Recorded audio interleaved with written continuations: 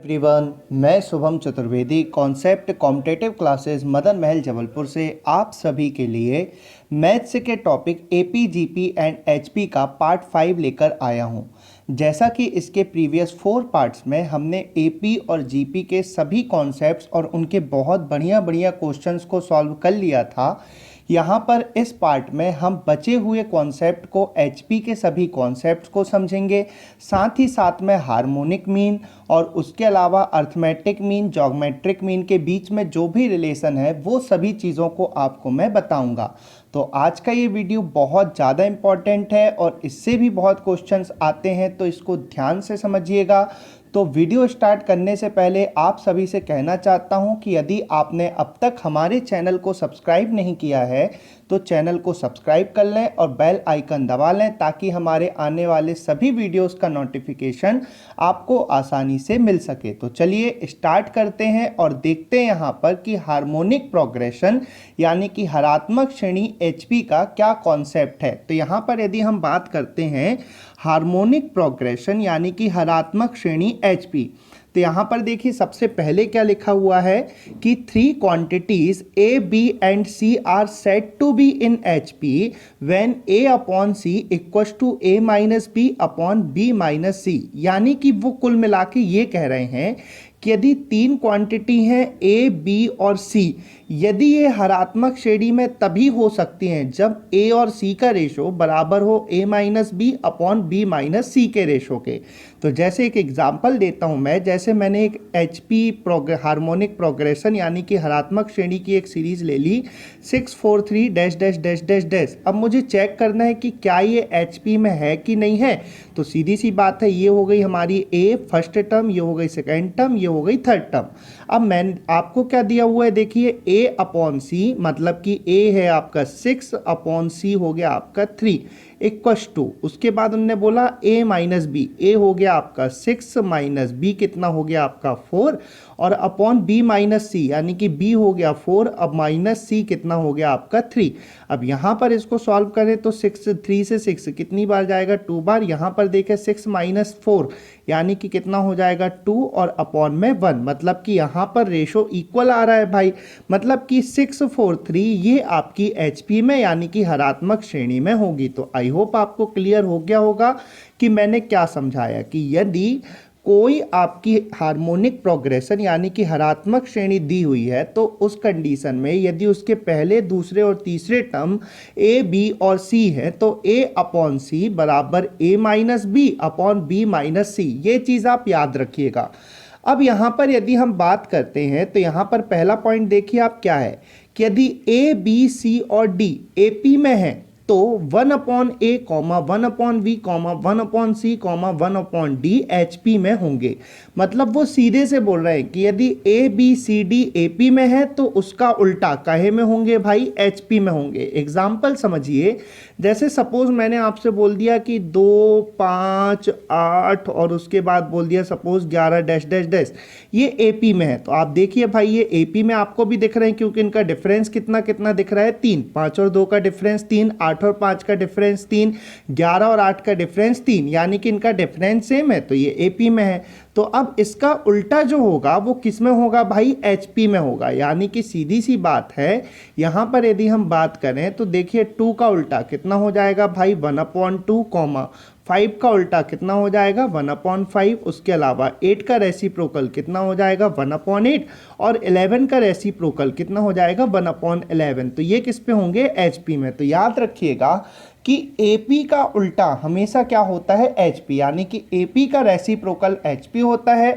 वैसे ही यदि हम रूल नंबर 2 को देखें तो वहीं यदि ए बी सी और डी एचपी में है तो 1 upon A comma 1 upon B comma 1 upon C comma 1 upon D किस में होंगे भाई, एपी में होंगे। मतलब सीधी सी बात है, उनने आपको ये बता दिया कि एपी का उल्टा एचपी होगा, ऐसे ही एचपी का रेसिप्रोकल क्या होता है भाई, एपी। तो ये चीज़ आप याद रखिएगा कि HP का रेसिप्रोकल क्या होता है AP, यानी कि HP के सभी क्वेश्चंस को यदि हमको सॉल्व करना है तो सबसे पहले हम उसका रेसिप्रोकल करेंगे और उसको किस में कन्वर्ट करेंगे भाई, AP में।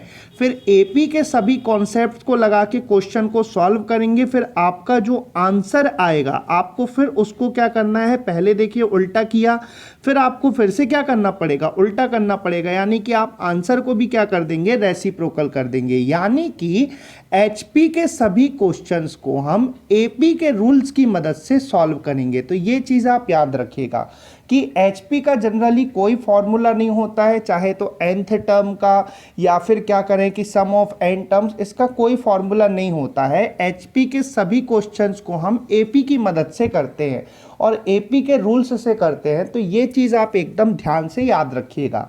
एग्जाम्पल में आपको एक आध दो क्वेश्चन करवा देता हूं मैं। तो जैसे यहां पर आप देखें question number 1, find the th term of the harmonic progression 6 4 3 dash dash dash, यानी कि दी गई हरात्मक श्रेणी का 8वां पद ज्ञात करें। 6 4 3 और ये आपकी सीरीज चल रही है। तो चलिए करते हैं भाई। यहाँ पर अब देखें 6 4 3 ये चीज़ किस पे है भाई, HP पे। तो यदि हमको इसको AP में कन्वर्ट करना है, यदि हमको इसको AP में कन्वर्ट करना है तो हमको इसका रेसिप्रोकल करना होगा, यानी कि 6 का रेसिप्रोकल कितना हो जाएगा भाई 1/6, कॉमा 4 का रेसिप्रोकल कितना हो जाएगा आपका 1/4, कॉमा 3 का रेसिप्रोकल कितना हो जाएगा 1/3, और इस टाइप से आपकी चल रही है। अब देखिए यहाँ पर हमको कौन सी टर्म फाइंड करनी है, 8th टर्म। अब आपको भी पता है कि समांतर श्रेणी में यानी कि AP में अर्थमेटिक प्रोग्रेशन में आपको भी पता है nth टर्म का फॉर्मूला क्या होता है भाई, a + n-1 × d। तो यहाँ पर हमको 8th टर्म फाइंड करनी है।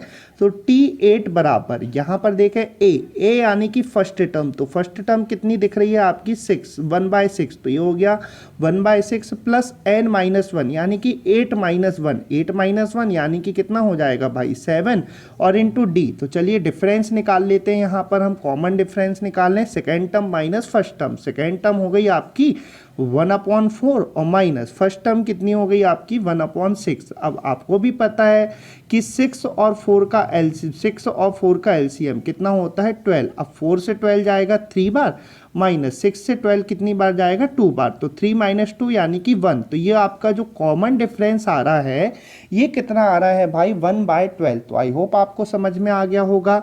तो फर्स्ट टर्म 1/6 + n-1 यानी कि 8-1 7 इंटू d, डिफरेंस कितना आ रहा है आपका 1/12। तो ये कर दिया हमने। अब इसको आगे सॉल्व करें तो सीधी सी बात है भाई, ये हो जाएगा आपका 1/6 और प्लस कितना हो जाएगा आपका 7/12। अब इसको सॉल्व करते हैं भाई। तो आपको भी पता है कि 6 और 12 का एलसीएम कितना हो जाएगा आपका 12। 6 से 12 जाएगा आपका 2 टाइम्स, प्लस 12 से 12 जाएगा 1 टाइम्स। तो ये हो जाएगा आपका 7, 2 + 7 यानी कि कितना हो जाएगा आपका 9। तो ये हो गया 9/12। अब 3 से कैंसिल करेंगे तो ये जाएगा आपका 3 टाइम्स और ये जाएगा आपका 4 टाइम्स। तो सीधी सी बात है कि यहाँ पर यदि हम बात करें तो AP में 8th टर्म आएगा 3/4।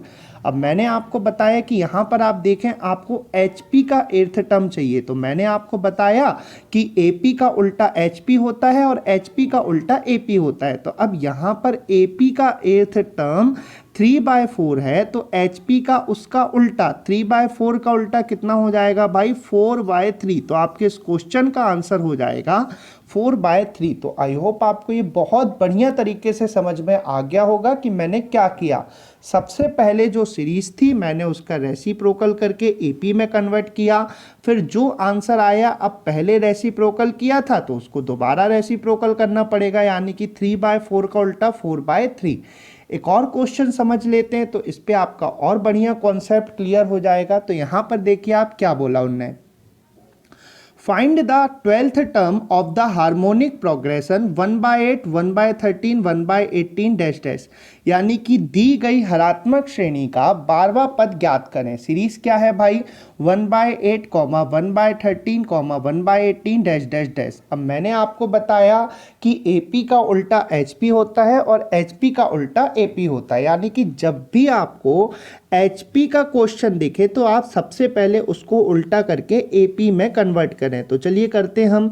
सबसे पहले 1/8 का उल्टा कितना हो गया आपका 8 कॉमा 1/13 का उल्टा कितना हो जाएगा आपका 13 कॉमा 1/18 का उल्टा कितना हो जाएगा आपका 18 और उसके बाद डैश डैश डैश। तो ये आपकी सीरीज चल रही है किसकी, AP की। अब हमको कौन सी टर्म फाइंड करनी है भाई, 12th टर्म फाइंड करनी है, मतलब कि AP में T12 की वैल्यू फाइंड करनी है। अब आपको भी पता है कि समांतर श्रेणी में nth टर्म फॉर्मूला क्या होता है भाई, A plus n minus 1 into D. अब यहाँ पर बात करें तो A यानी कि फर्स्ट टर्म कितनी हो गई आपकी 8 प्लस n माइनस 1 यानी कि 12 माइनस 1, तो 12 माइनस 1 यानी कितना हो गया 11 और मल्टीप्लाई बाय डी यानी कि डिफरेंस।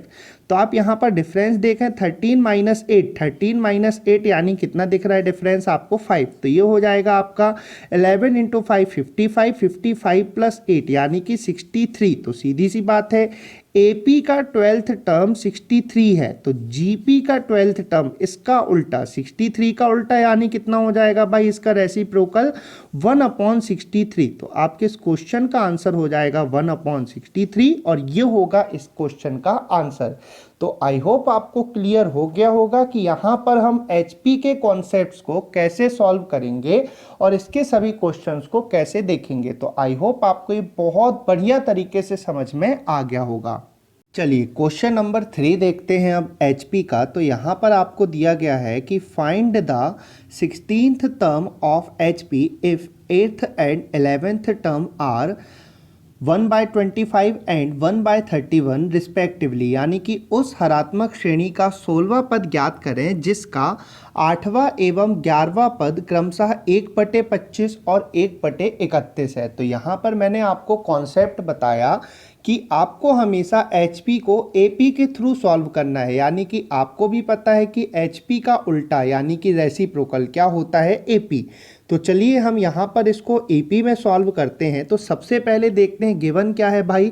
AP में यदि बात करें HP में 8th टर्म जो है वो 1/25 है, तो AP में 8th टर्म यानी कि AP में 8th टर्म 1/25 का रेसिप्रोकल कितना हो जाएगा 25। अब हम बात करें तो HP में 11th टर्म है 1/31, तो AP में 11th टर्म जो होगी AP में 11th टर्म जो होगी 1/31 का उल्टा यानी कि कितनी हो जाएगी 31 हो जाएगी। अब इस टाइप की कंडीशन मैंने आपको बताई थी AP में कॉन्सेप्ट को सॉल्व करने का कि यहाँ पर आप 8th टर्म से 11th टर्म में जाएंगे, मतलब कि कितना बढ़ रहा है 3 और 3 डिफरेंस बढ़ रहा है बराबर। यहाँ पर यदि बात करें तो 25 से 31 कितना बढ़ रहा है 6, यानी कि 3D बराबर 6, तो D बराबर कितना हो जाएगा भाई 2। अब यहाँ पर हम बात करें तो हमको कौन सी टर्म फाइंड करनी है 16th। तो चलिए सबसे पहले AP में 16th टर्म फाइंड करते हैं। तो यहाँ पर आप देखें 11 से 16 यानी कि कितना बढ़ रहा है भाई 5D बढ़ रहा है, यानी कि ये हो जाएगा आपका 5D बढ़ रहा है, यानी कि 5 इंटू D की वैल्यू 2। तो कितना बढ़ा देंगे भाई हम 10 बढ़ा देंगे, यानी कि 31 प्लस 10 कितना हो जाएगा 41। तो सीधी सी बात है कि AP में 16th टर्म हो गई आपकी 41, तो HP में इसका उल्टा 41 का उल्टा रेसिप्रोकल कितना हो जाएगा भाई 1/41। तो आपके इस क्वेश्चन का आंसर हो जाएगा 1/41। आई होप आपको ये क्वेश्चन बहुत बढ़िया तरीके से समझ में आ गया होगा और अब आपको इसमें कोई भी दिक्कत नहीं होगी। अब हम आगे का कॉन्सेप्ट समझ लेते हैं। तो आगे का कॉन्सेप्ट है हमारा हार्मोनिक मीन यानी कि हरात्मक माध्य HM। हार्मोनिक मीन यानी कि हरात्मक माध्य बहुत इंपॉर्टेंट है, याद रखिएगा। यहाँ पर अब आप इसको बहुत ध्यान से समझिए जो चीज़ मैं आपको समझा रहा हूँ। सबसे पहले आपको मैं इसका कॉन्सेप्ट, इसका फॉर्मूला निकाल के बताता हूँ और उसके बाद इसकी बहुत बढ़िया बढ़िया चीज़ को बताता हूँ। तो ध्यान से देखिएगा आप। सबसे पहले हम देखें तो let AB be the two quantities and H is their HM, यानी कि सीधी सी बात वो ये बोल रहा है कि A और B दो क्वांटिटी हैं और H क्या है इनका HM है, यानी कि हरात्मक माध्य है। अब सीधी सी बात है ए और बी का माध्य एच है, मतलब कि ये आपका सीधी सी बात है ये किस पे होगा, आपका एच पी पे होगा। ए एच बी ये किस पे होगा, आपका एच पी पे। अब मैंने आपको बोला आप एच पी को डायरेक्ट सॉल्व नहीं करेंगे, आप इसको ए पी में कन्वर्ट करके सॉल्व करेंगे। तो चलिए अब हम इसको ए पी में कन्वर्ट करते हैं।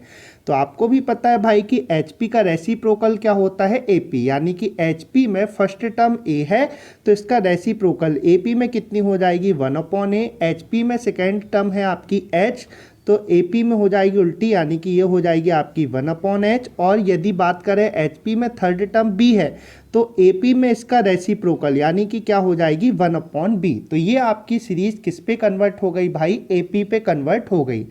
अब आपको भी पता है कि AP में जो डिफरेंस होता है टर्म्स का वो क्या होता है, इक्वल, यानी कि इन दोनों टर्म्स का डिफरेंस और इन दोनों टर्म्स का डिफरेंस इक्वल होगा। तो चलिए यहाँ पर हम इसको सॉल्व करते हैं भाई। सबसे पहले पहली और दूसरी टर्म का डिफरेंस निकालते हैं, यानी कि पहली और दूसरी टर्म का डिफरेंस निकालें तो ये हो गया आपका 1/H माइनस 1/A। ये हो गया पहली और दूसरी टर्म का डिफरेंस। अब दूसरी और तीसरी टर्म का डिफरेंस निकालें तो तीसरी टर्म हो गई आपकी 1/B और माइनस दूसरी टर्म कितनी हो गई आपकी 1/H। तो ये कर दिया भाई। अब इसको चलिए सॉल्व करते हैं। तो एक साइड रख लेते हैं H वाली क्वांटिटी को और एक साइड रख लेते हैं A और B को। तो माइनस 1/H इस साइड आएगा तो प्लस हो जाएगा। अब देखिए 1/H प्लस 1/H 2 बार जुड़ गया तो ये कितना हो गया आपका 2/H बराबर माइनस 1/A इस साइड आएगा तो प्लस 1/A होगा और ये हो जाएगा आपका 1/A plus 1/B।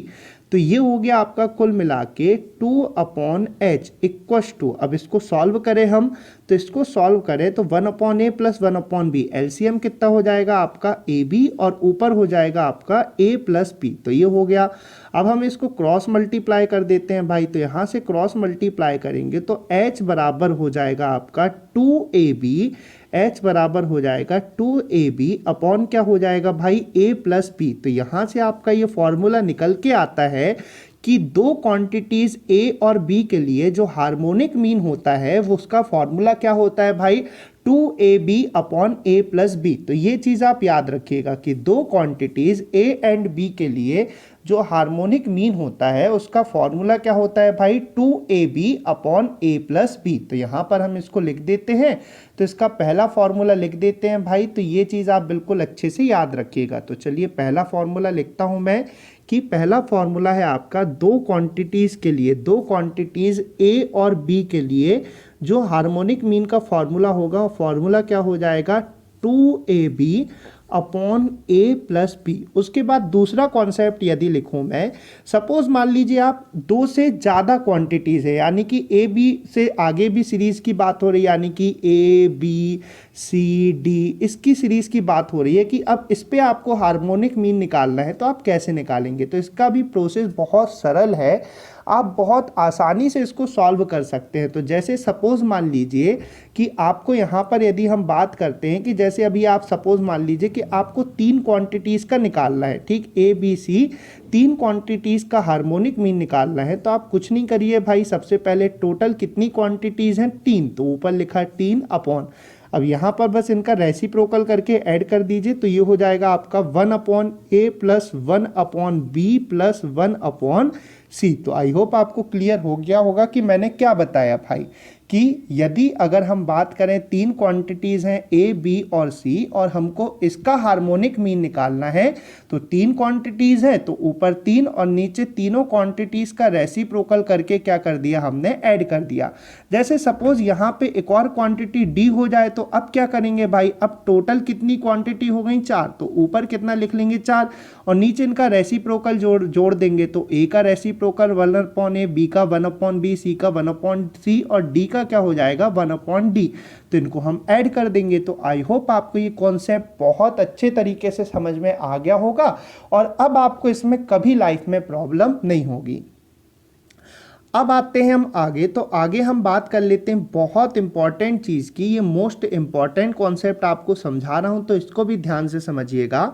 Relation among AM GM and HM, यानी कि समांतर माध्य, गुणोत्तर माध्य और हरात्मक माध्य के बीच में संबंध, समांतर माध्य, गुणोत्तर माध्य एवं हरात्मक माध्य के बीच में संबंध। तो चलिए यहाँ पर इसके बारे में हम बात कर लेते हैं। जैसे सपोज सिंपल से नंबर ले रहा हूँ, आपको ध्यान से समझ में, अच्छे से, आसानी से समझ में आ जाए इसलिए। जैसे सपोज आप मान लीजिए कि मेरे पास दो नंबर हैं, एक नंबर है 4 और दूसरा नंबर कितना ले लिया मैंने, 16। अब मेरे पास दो नंबर हैं 4 और 16। अब जैसे सपोज मैं बात करता हूं कि मुझे इन दोनों का अर्थमेटिक मीन निकालना है, यानी कि समांतर माध्य। तो समांतर माध्य तो बहुत आसान है, आप क्या करें, दोनों नंबर को जोड़ लें और डिवाइडेड बाय कितना कर लें, 2। तो 4 और 16 20/2, यानी कि इनका समांतर माध्य कितना हो जाएगा, 10। अब सेकेंड हम क्या करते हैं, इनका गुणोत्तर माध्य निकालते हैं। तो गुणोत्तर माध्य निकालें, तो गुणोत्तर माध्य के लिए कुछ नहीं किया हमने, सीधी सी बात है भाई, गुणोत्तर माध्य के लिए हमने कुछ नहीं किया कि रूट लगाया और दोनों नंबरों का गुणा। तो रूट लगाया और दोनों नंबरों का गुणा, तो ये हो जाएगा आपका 4 × 16। और आपको भी पता है √4 2, √16 4, तो ये हो जाएगा 2 × 4, कितना हो जाएगा भाई, 8। और अब हम इनका क्या करते हैं कि हार्मोनिक मीन निकालते हैं। तो हार्मोनिक मीन के लिए बताया कि दो नंबर है, तो सीधी सी बात है 2ab/a+b। तो ये हो जाएगा आपका 2 × 4 × 16 अपॉन 4 + 16, 4 + 16 कितना हो जाएगा भाई, 20। तो ये डायरेक्ट कर रहा हूँ मैं यहाँ पे, 4 से जाएगा ये 5 बार, तो ये हो जाएगा 16 दूनी 32, 16 दूनी 32 और बटे 5। और यदि आप बाई चांस इसको काटेंगे तो 32 से 32 को 5 से डिवाइड करेंगे तो ये जाएगा आपका समथिंग 6.4 टाइम्स समथिंग, ठीक है। तो ये हो गया आपका। अब आप ध्यान से देखें तो नंबर्स तो सेम है भाई, नंबर्स सेम है, तो उन सेम नंबर्स के लिए अर्थमेटिक मीन आया 10, ज्योमेट्रिक मीन आया 8 और हार्मोनिक मीन कितना आया भाई, 6.4। तो यहाँ पर यदि हम बात करते हैं इनके ऑर्डर की, तो याद रखिएगा कि सपोज जैसे दो नंबर्स ए और बी हैं, दो नंबर ए और बी हैं, तो याद रखिएगा सबसे ज़्यादा जो वैल्यू होगी वो किसकी होगी, अर्थमेटिक मीन की। उससे कम जो वैल्यू होगी वो किसकी होगी, ज्योमेट्रिक मीन की। और उससे कम जो वैल्यू होगी वो किसकी होगी भाई, हार्मोनिक मीन की। तो ये चीज़ आप याद रखिएगा, मतलब कि इनके बीच में जो रिलेशन होता है वो होता है arithmetic mean is greater than equal to geometric mean is greater than equal to harmonic mean. तो आई होप आपको इनके बीच का ये कॉन्सेप्ट बहुत बढ़िया तरीके से समझ में आ गया होगा। अब एक और चीज़ बताता हूँ, तो यहाँ पर आप ध्यान से देखिएगा कि मैं क्या बता रहा हूँ, ठीक है। तो यहाँ पर इसको थोड़ा सा रफ कर देता हूँ और फिर आपको ध्यान से समझाता हूँ। चलिए यहाँ पे इतने में मैं समझाने की कोशिश करता हूँ, आप ध्यान से देखिएगा इसको। जैसे देखिए, आप ध्यान से देखें तो अर्थमेटिक मीन कितना आया 10, ज्योमेट्रिक मीन आया 8 और आपका हार्मोनिक मीन कितना आया 32/5। अब इसको सॉल्व कर रहा हूँ, ध्यान से देखिए। ज्योमेट्रिक मीन कितना हो गया आपका 8 इक्वस टू, यहाँ पर under root of arithmetic mean हो गया आपका 10 मल्टीप्लाई बाय हार्मोनिक मीन कितना हो गया भाई 32/5। अब यहाँ पर इसको कैंसिल कर दें तो ये जाएगा आपका 2 टाइम 32 × 2 कितना हो जाएगा √64 और √64 यानी कि कितना हो जाएगा भाई 8। तो यहाँ पर आप देख लें कि यहाँ पर मैंने आपको क्या कॉन्सेप्ट समझाया कि ये लिखा था मैंने ज्योमेट्रिक मीन बराबर ये हो गया आपका अर्थमेटिक मीन और मल्टीप्लाई बाय क्या हो गया आपका हार्मोनिक मीन, किसके अंदर लिखा था रूट के। तो यहाँ से आपका सेकेंड कॉन्सेप्ट जो कि बहुत ज़्यादा इम्पॉर्टेंट है वो निकल के आता है। सेकेंड कॉन्सेप्ट जो कि बहुत ज़्यादा इम्पॉर्टेंट है वो निकल के आता है कि geometric mean is always equal to under root of arithmetic mean into harmonic mean. तो इसको लिख भी देता हूँ भाई मैं कि सेकेंड कॉन्सेप्ट क्या है आपका, सेकेंड कॉन्सेप्ट है कि geometric mean is always equal to under root of arithmetic mean multiply by harmonic mean, यानी कि गुणोत्तर माध्य हमेशा समांतर माध्य गुणित आपका हरात्मक माध्य के वर्गमूल के क्या होता है, बराबर होता है। तो आई होप आपको ये कॉन्सेप्ट अच्छे से समझ में आ गए होंगे कि मैंने आपको क्या बताया भाई, कि मैंने आपको relation among M GM and HM यानी कि समांतर माध्य, गुणोत्तर माध्य और हरात्मक माध्य के बीच में संबंध बताया। पहला रिलेशन क्या बताया कि सबसे बड़ा होगा एम, उससे छोटा जीएम और उससे छोटा क्या होगा एचएम। और सेकेंड कॉन्सेप्ट आपको बताया कि GM equals to under root of M into HM. तो आई होप आपको ये बहुत अच्छे से समझ में आ गए होंगे। ये डायरेक्ट जो ये रिलेशन है, कई बार क्या होता है कि डायरेक्ट ये रिलेशन क्वेश्चन में पूछ लिया जाता है इनका ऑर्डर, तो ये चीज़ भी आपको बननी चाहिए। और सेकंड, इसके कई बार एग्जाम में क्वेश्चन आते रहते हैं, ये बहुत ज़्यादा इंपॉर्टेंट है, याद रखिएगा, और ये चीज़ आपसे बननी ही चाहिए। तो ये दोनों कॉन्सेप्ट बहुत अच्छे हैं, इंपॉर्टेंट है, तो अच्छे से आप सभी को समझ में आ गए होंगे आई होप, और अब आपको इनमें कोई भी दिक्कत नहीं होगी। चलिए, तो अब हम यहाँ पर बहुत बढ़िया बढ़िया क्वेश्चंस को सॉल्व करेंगे, तो आपसे उम्मीद करता हूँ कि आप इन्हें ध्यान से समझिएगा। क्वेश्चन नंबर 4 में बोला गया है कि a and b are two numbers whose am is 25 and gm is 7। Which of the following be the value of a, यानी कि a तथा b ऐसी दो संख्याएं हैं जिनका समांतर माध्य 25 और गुणोत्तर माध्य 7 है, तो एक निम्नलिखित में से a का मान क्या होगा। तो चलिए देखते हैं। सबसे पहले a और b का समांतर माध्य यानी कि अर्थमेटिक मीन कितना है 25। अब अर्थमेटिक मीन कैसे निकलता है भाई, a प्लस बी अपॉन 2। तो यहाँ पर चलिए करते हैं हम, यहाँ पर a की value a plus b upon 2, ये हो गया अर्थमेटिक मीन इक्वस टू कितना हो गया भाई 25। अब ये हो गया भाई, अब इसको हमने सॉल्व किया, क्रॉस मल्टीप्लाई किया, तो a प्लस बी बराबर 2 इंटू 25 कितना हो जाएगा 50। तो यहाँ से आपकी एक इक्वेशन निकल के आई कि a plus b equals to कितना हो जाएगा भाई 50। ये हो गई आपकी इक्वेशन 1। अब सेकेंड देखते हैं हम, तो इनका ज्योमेट्रिक मीन कितना है आपका 7। अब ज्योमेट्रिक मीन यानी कि गुणोत्तर माध्य 7 है। आपको भी पता है भाई कि गुणोत्तर माध्य कैसे निकालते हैं हम, under root of A B. तो ये हो गया root of A B equals to कितना हो गया 7। अब स्क्वायर रूट अलग करनी है तो दोनों पक्षों में क्या करना पड़ेगा, स्क्वायर करना पड़ेगा, स्क्वायर से रूट कैंसिल। तो यहाँ से आपका निकल के आएगा कि ए बी इक्वस टू 7 का स्क्वायर कितना हो जाएगा भाई 49। तो ये हो गया, और ये हो गई आपकी इक्वेशन नंबर 2। अब ध्यान से आप इसको अपने कॉमन सेंस से सॉल्व करें कि दो नंबर का मल्टीप्लाई कर रहे हैं हम, तो कितना आ रहा है 49। अब 49 कैसे कैसे आ सकता है, यदि हम इसको फैक्टर में तोड़ें तो एक 49 आ सकता है 7 इंटू 7, और एक 49 आ सकता है आपका 49 इंटू 1। तभी इन दोनों फैक्टर दोनों तरीके से ही 49 आ सकता है। तो यहाँ पर यदि हम देखें तो a प्लस बी बराबर कितना है 50, यानी कि इन दोनों नंबर्स का जो सम है वो कितना होना चाहिए 50।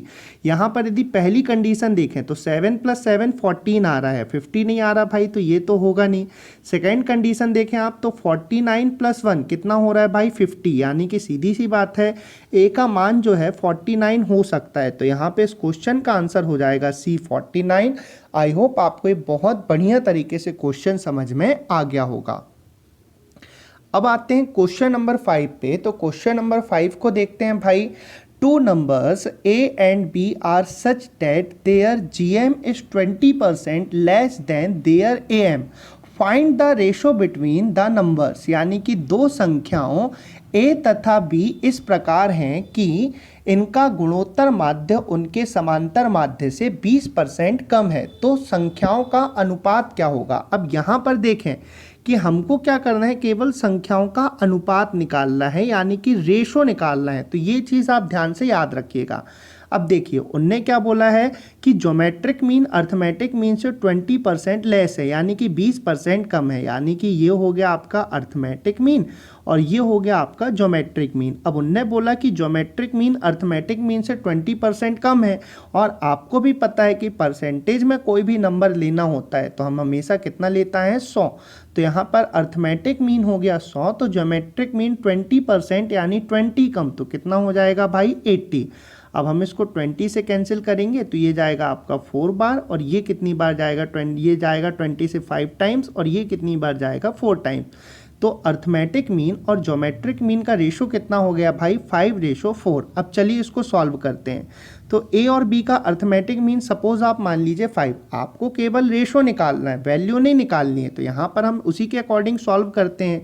तो ए और बी का अर्थमेटिक मीन 5 है, यानी कि a + b/2। अर्थमेटिक मीन ऐसे ही निकालेंगे ना, इक्वस टू कितना हो गया भाई 5, क्रॉस मल्टीप्लाई किया तो यहाँ से हमारा निकल गया कि a + b = 5 × 2 कितना हो जाएगा 10। तो ये हो गई पहली कंडीशन। सेकेंड, ज्योमेट्रिक मीन कितना है 16 है। अब ज्योमेट्रिक मीन 16 है, यानी कि √AB = 16। ज्योमेट्रिक मीन कैसे निकालते हैं, √AB। तो यहाँ पर कर लेते हैं भाई √AB = कितना हो जाएगा आपका 4। अब रूट अलग करना है तो स्क्वायर करना पड़ेगा दोनों पक्षों में, स्क्वायर से रूट कैंसिल, तो सीधी सी बात है सेकेंड कंडीशन आपकी क्या आ गई कि a × b = 4 का स्क्वायर। 4 का स्क्वायर कितना हो गया भाई 16 हो गया। अब यहाँ पर इस क्वेश्चन को भी हम क्या करेंगे कि कॉमन सेंस से सॉल्व करेंगे। आप ध्यान से देखें तो a + b आपको कितना दिया हुआ है 10 और a × b कितना दिया हुआ है 16। हमको केवल रेशो निकालना है, संख्या नहीं निकाल सकते।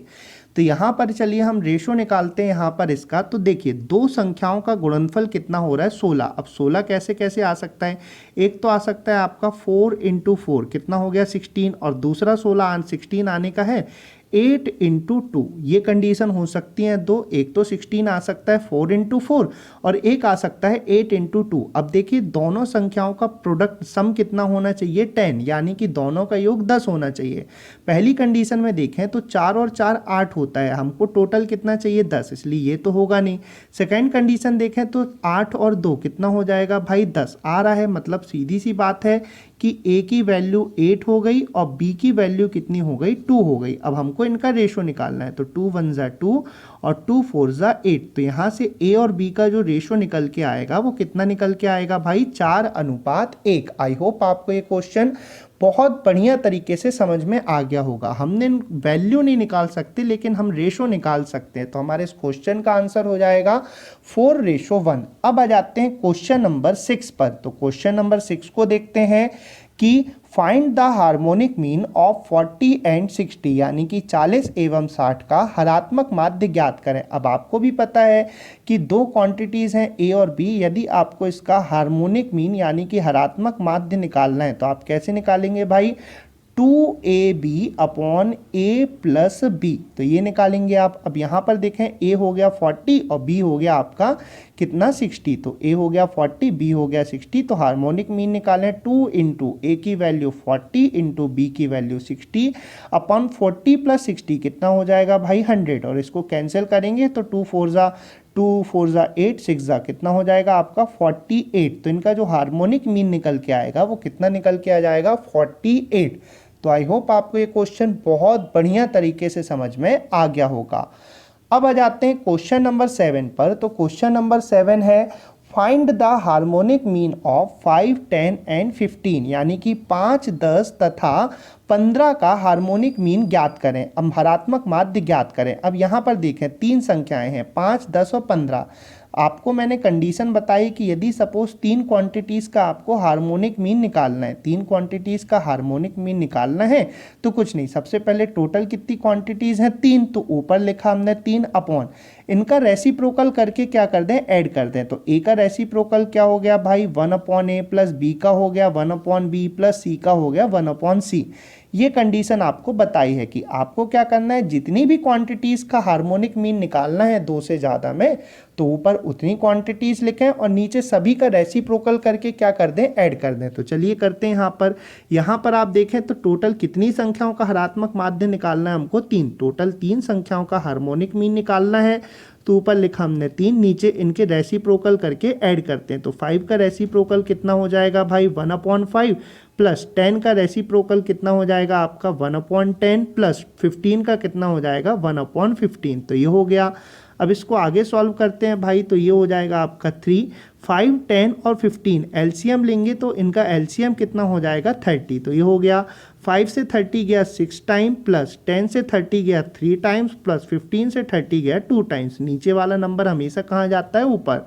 तो ये हो जाएगा 3 इंटू 30 अपॉन 6 प्लस 3 9 और 9 प्लस 2 कितना हो जाएगा भाई, 9 प्लस 2 कितना हो जाएगा 11। तो आपका जो इसका हार्मोनिक मीन आएगा वो आ जाएगा 90/11। तो आई होप आपको ये क्वेश्चन बहुत बढ़िया तरीके से समझ में आ गया होगा कि यहाँ पर मैंने आपको क्या किया। तो आई होप आपको ये बहुत बढ़िया तरीके से समझ में आ गया होगा।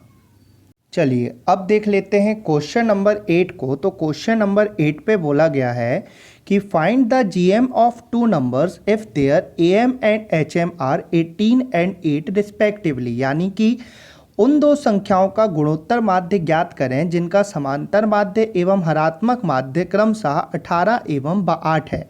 अब मैंने आपको जीएम एएम और एचएम के बीच में रिलेशन बताया था। मैंने अभी आपको बताया कि GM equals to under root of AM into HM. ठीक, मैंने आपको बताया है कि GM equals to under root of AM into HM. अब हमको जीएम की वैल्यू फाइंड करनी है, तो ये हो गया equals to under root of AM. AM कितना दिया हुआ है भाई 18, तो ये हो गया 18 और मल्टीप्लाई बाय एचएम। एचएम कितना दिया हुआ है 8, तो ये हो गया। अब रूट 18 इंटू 8 यानी कि कितना हो जाएगा भाई 144, और रूट 144 आपको भी पता है कितना होगा 12। तो आपके इस क्वेश्चन का आंसर हो जाएगा 12। तो आई होप आपको ये क्वेश्चन बहुत आसान लगा होगा और बहुत सरल तरीके से आपने इसको कर लिया होगा। इंपॉर्टेंट क्वेश्चन है, एग्जाम में कई बार ऐसे आए हुए हैं। अब आ जाते हैं क्वेश्चन नंबर 9 पर।